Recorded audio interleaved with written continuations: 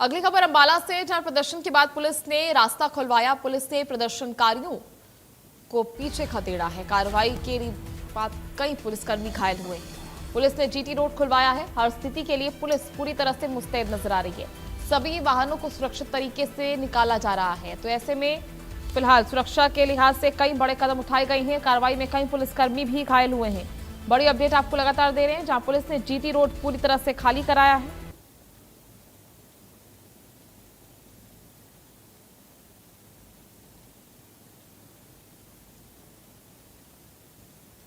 Police ने प्रदर्शनकारियों को पीछे खदेड़ा है। कार्रवाई में कई पुलिसकर्मी भी घायल बताए जा रहे हैं, जहां सुरक्षा के लिहाज से पुलिस ने बड़ा कदम उठाया है। हर स्थिति में पुलिस पूरी तरह से मुस्तैद नजर आ रही है, जहां सभी वाहनों को सुरक्षित तरीके से निकाला जा रहा है। रोड को खाली कराया गया, यातायात को पूरी तरह से बहाल कराया गया और पुलिस ने प्रदर्शनकारियों को हटाया है।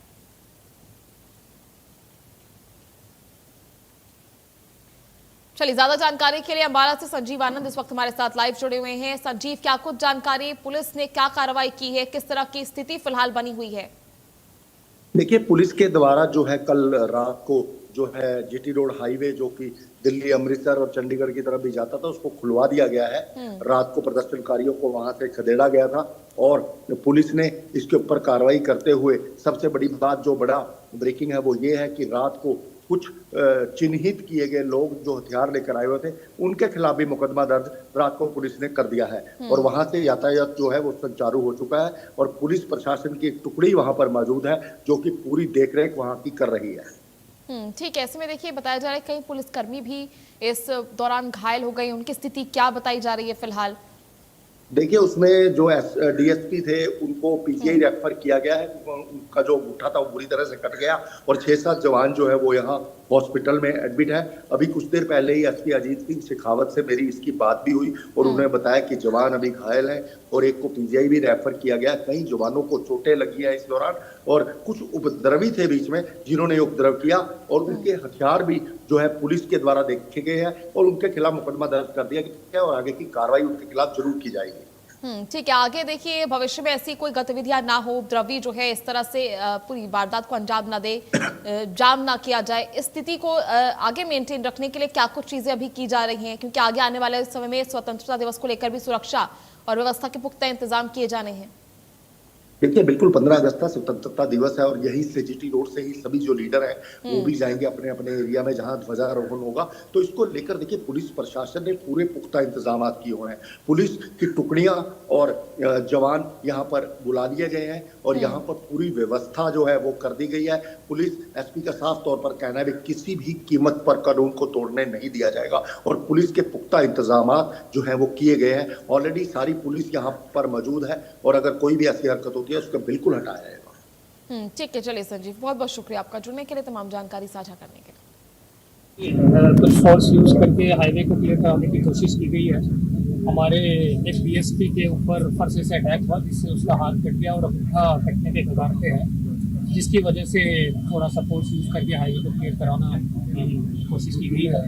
साथ में इन्होंने बहुत बार इनसे मल्टीपल राउंड्स बातें हुई, परंतु किसी भी बात में इन्होंने ये समाधान नहीं दिया और जानबूझ के ये मोर्चा यहाँ पे लंबा लगाने की बातें की और हमने मल्टीपल राउंड से इनसे बातचीत करने की कोशिश की और जाम को खुलवाने के लिए हमने इनसे बार बार आग्रह किया, परंतु कुछ शरारती तत्व जो कि भाले, फरसे और तलवारें, कुल्हाड़ियों के साथ में भी यहाँ पे क्राउड में थे और जैसे ही अंधेरा होने लगा उन्होंने पुलिस कर्मियों पे अटैक करना स्टार्ट कर दिया और कुछ जो ट्रक है उनकी चाबियां उन्होंने छीन ली ताकि ये जाम क्लियर ना हो। तो उन्होंने रात भर उत्पात मचाने का कुछ लोगों का यहाँ पे इरादा था और तो हमने शांतिपूर्ण से बहुत बार बातें की, परंतु बातें सक्सेसफुल ना हुई और जब पुलिस पे अटैक होना स्टार्ट हुआ तो फिर हमें इसको क्लियर कराना पड़ा।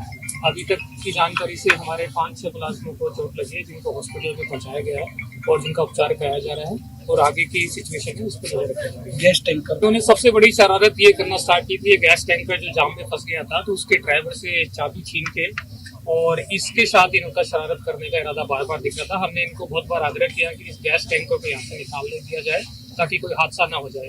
कुछ 1500-1600 सिख गुरुद्वारा पंजोखरा में इकट्ठे हुए और उसके साथ वो कुछ डिमांड कर रहे थे कि जो पहले जीवन सिंह मंड के साथ जो हमारी एफआईआर दर्ज हुई है उनके खिलाफ कार्रवाई की। तो हमारी उनके साथ बातचीत चल रही थी तो अचानक से उनमें से कुछ शरारती लोगों ने आके हाईवे जैम कर दिया। उसमें भी हमने बड़ा संयम से काम किया, उनसे बातचीत करते रहे, उनकी जो डिमांड थी वो हमने पूरी की।